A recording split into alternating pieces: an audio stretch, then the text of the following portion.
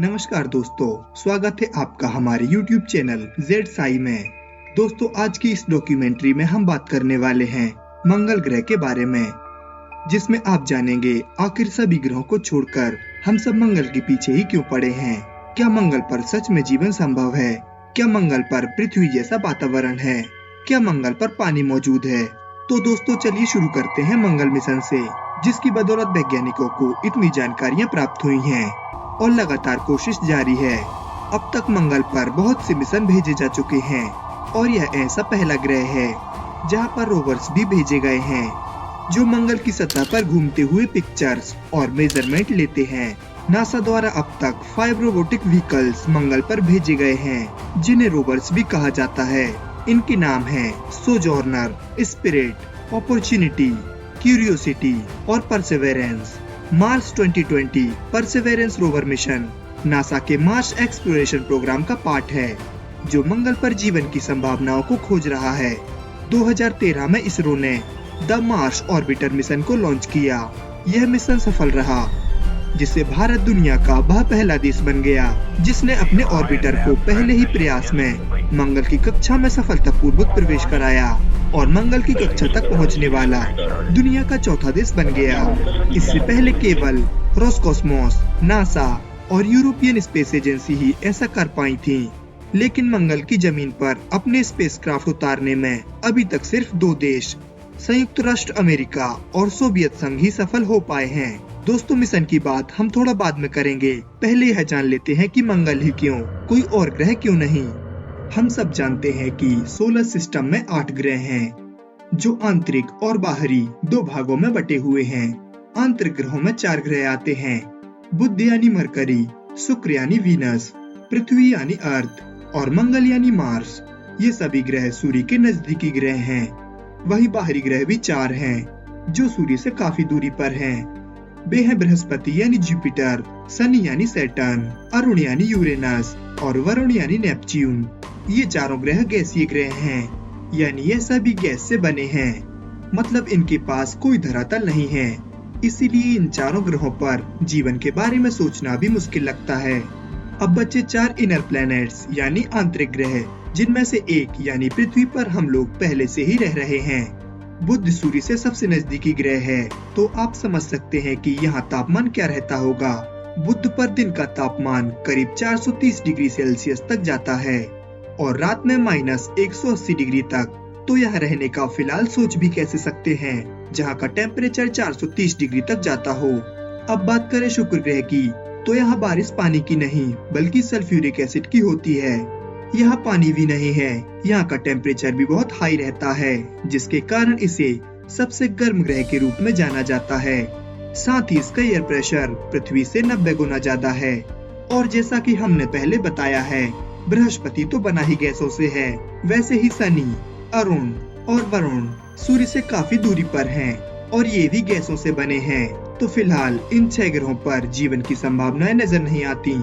अब बात करते हैं मंगल ग्रह की, तो यहाँ जीवन की संभावनाएं नजर आ रही हैं, क्योंकि मंगल के पास पृथ्वी की तरह अपना धरातल है। सूर्य से दूरी में बुध, शुक्र और पृथ्वी के बाद मंगल चौथे स्थान पर आता है। बाकी ग्रहों से तुलना करें तो यह ग्रह ना तो ज्यादा गर्म है और ना ही ज्यादा ठंडा, क्योंकि सूर्य से इसकी दूरी ना तो ज्यादा दूर है और ना ही ज्यादा नजदीक। दोस्तों, मंगल की उम्र लगभग 460 करोड़ साल है। सूर्य से इसकी दूरी 228 मिलियन किलोमीटर है, जबकि सूर्य से पृथ्वी की औसतन दूरी 151.2 मिलियन किलोमीटर है। और हम सब जानते हैं कि सूर्य के प्रकाश को पृथ्वी तक पहुंचने में 8.3 मिनट का समय लगता है।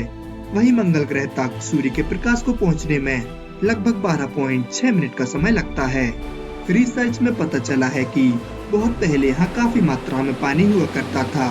एविडेंस मिले हैं कि यहाँ कभी बाढ़ भी आई होंगी, लेकिन फिलहाल यहाँ पानी बर्फ के रूप में नजर आता है।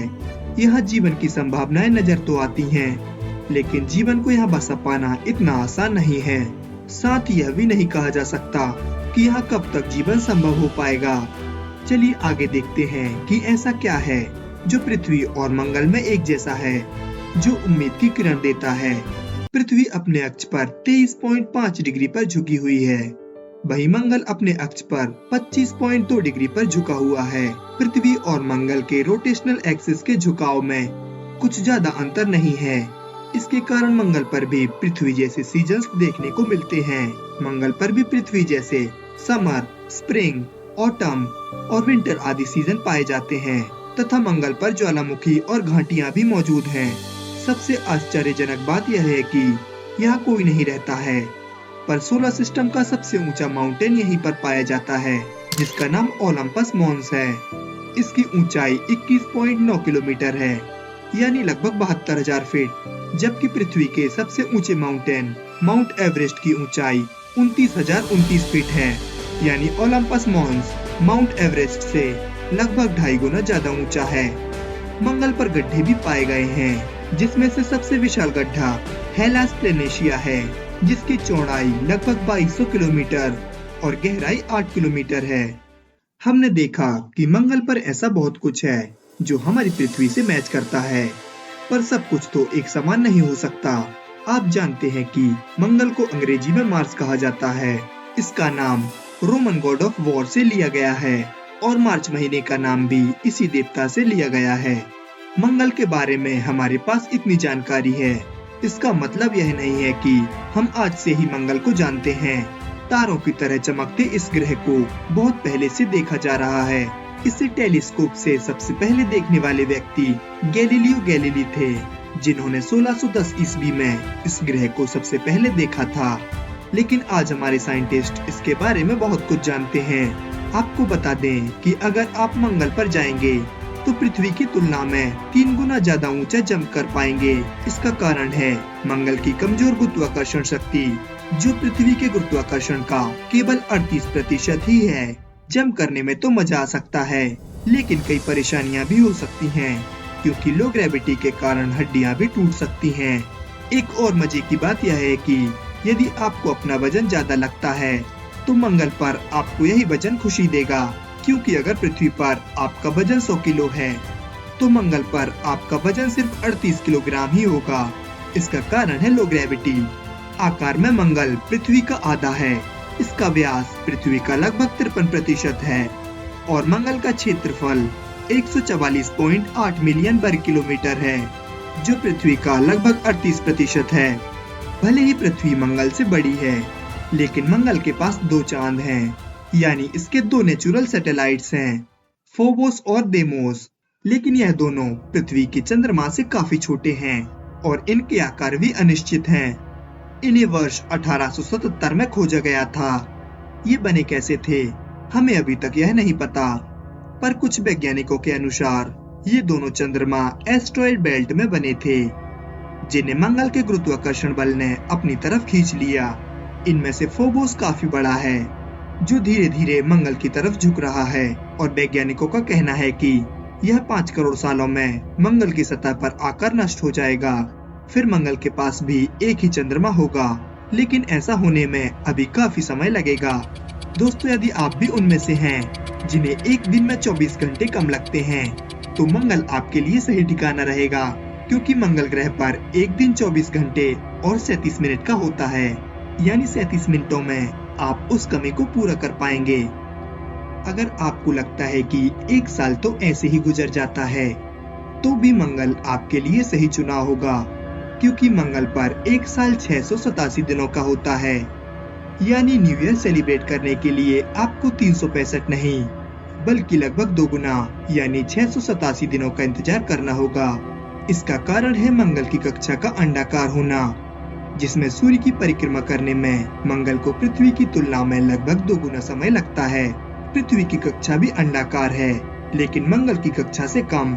मंगल को रेड प्लेनेट यानी लाल ग्रह भी कहा जाता है।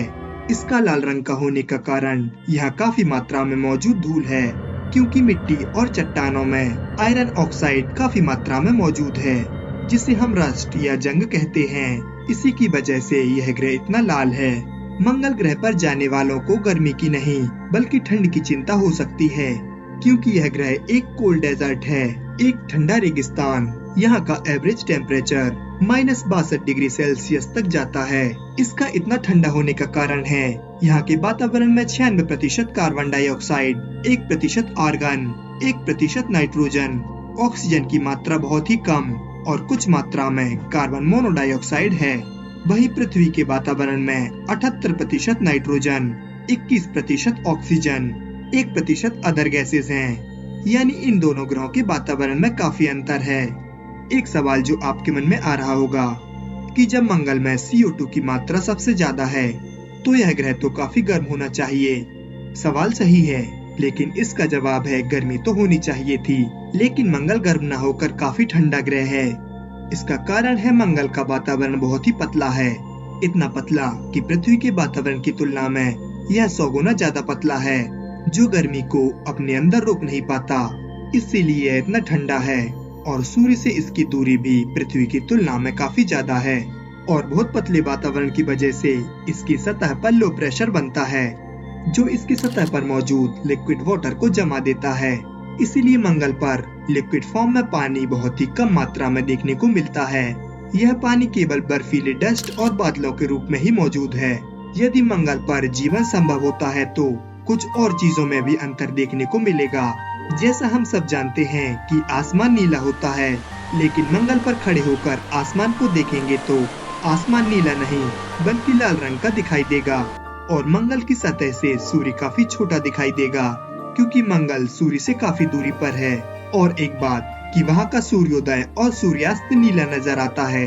पृथ्वी पर हम जिन चीजों के बारे में जानते हैं उनसे तुलना करें तो थोड़ा उल्टा पुल्टा लगता है, लेकिन हैरान होने की बात नहीं है, क्योंकि जब ग्रह ही बदल जाएगा तो थोड़े बदलाव तो होंगे ही। और इन बदलावों का कारण आप काफी हद तक समझ पा रहे होंगे। यहाँ के वातावरण में मौजूद लाल रंग की डस्ट, मंगल पर मौजूद यह डस्ट सारे रंगों की लाइट को समान रूप से ब्लॉक कर देती है। और चूंकि मंगल की डस्ट का रंग लाल है, इसीलिए यह डस्ट नीले प्रकाश को सोख लेती है और लाल रंग के प्रकाश को स्कैटर्ड कर देती है, जिससे आसमान नीला नहीं बल्कि लाल रंग का दिखाई देता है। यही डस्ट सूर्य के आसपास के एरिया में थोड़ा नीला प्रकाश भी स्कैटर करती है, जिसकी वजह से केवल सूर्योदय और सूर्यास्त के समय ही नीला आसमान दिखाई देता है और इस समय बाकी का आसमान पीले से नारंगी रंग का दिखाई देता है। और यही सब वजह है जिनके कारण मंगल ग्रह लाल रंग का दिखाई देता है। तो दोस्तों, आपने जाना मंगल ग्रह के बारे में, जहां जीवन की संभावनाएं नजर आ रही हैं। और हाँ, आपको यह भी बता दें कि मंगल पर पृथ्वी जैसे पेड़ पौधे नहीं पाए जाते। यहाँ पेड़ उगाने को लेकर कई रिसर्च चल रही हैं। उम्मीद है हमारे वैज्ञानिकों को जल्द ही सफलता प्राप्त होगी। नासा 2037 तक अपने एस्ट्रोनॉट्स मंगल पर भेजने की तैयारी कर रहा है। वहीं दूसरी तरफ इलॉन मस्क साल 2026 तक अपने एस्ट्रोनॉट्स भेजने की तैयारी में लगा हुआ है। लेकिन क्यों इलॉन मस्क मंगल में इतनी दिलचस्पी ले रहा है?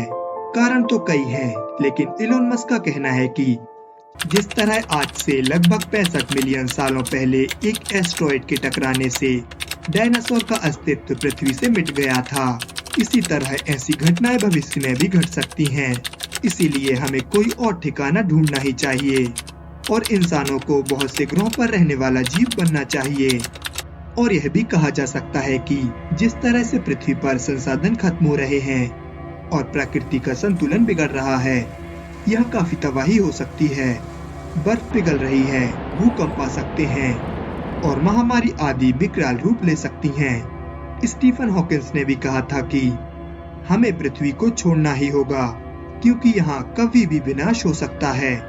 लेकिन दोस्तों, रिसर्च तो होते रहते हैं और होते रहेंगे, लेकिन हम सबको यह मानकर नहीं चलना चाहिए कि पृथ्वी पर ऐसा कुछ हो, बल्कि हम सबको पृथ्वी के वातावरण को संतुलित बनाए रखने के लिए एक साथ मिलकर खड़े होने की जरूरत है।